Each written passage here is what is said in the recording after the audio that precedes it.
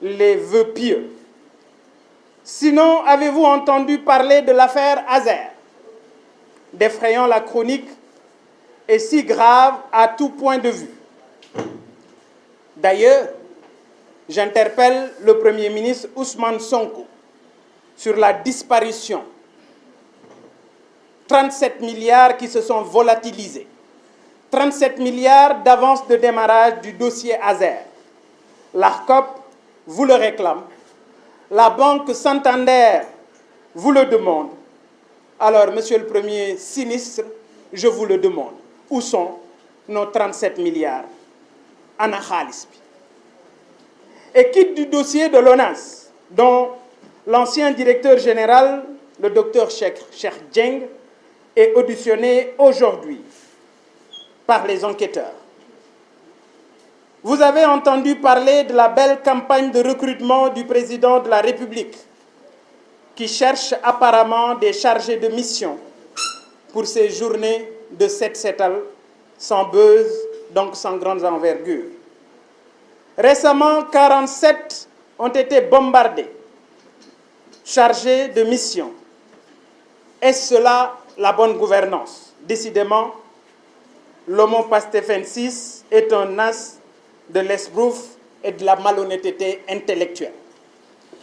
Rectifier la trajectoire prise par l'État du Sénégal le 17 novembre pour ne pas faire sombrer notre si beau pays. Mesdames, Messieurs, l'heure n'est pas à la rigolade. Le moment est extrêmement grave. Non seulement notre cher pays est entre des mains inexpertes, entre des mains incompétentes, mais surtout entre des mains irréfléchies.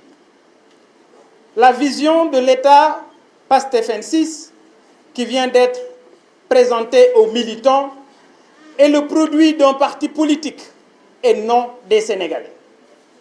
L'histoire retiendra que le projet de PASTEF n'a jamais existé et le Premier ministre est entré dans le livre des Guinness en qualité de seul Premier ministre incapable de produire une déclaration de politique générale et de coordonner l'élaboration d'une stratégie nationale de développement. C'est sa stratégie et pas celle des Sénégalais. Mais nous venons de découvrir que notre peuple risque de beaucoup souffrir durant le règne du couple présidentiel, avec un premier sinistre et un président délégué auprès de celui-ci. Je veux m'adresser personnellement au premier sinistre Ousmane Sonko. Vous avez réussi à éviter une motion de censure, mais vous n'échapperez pas à la sanction populaire du 17 novembre.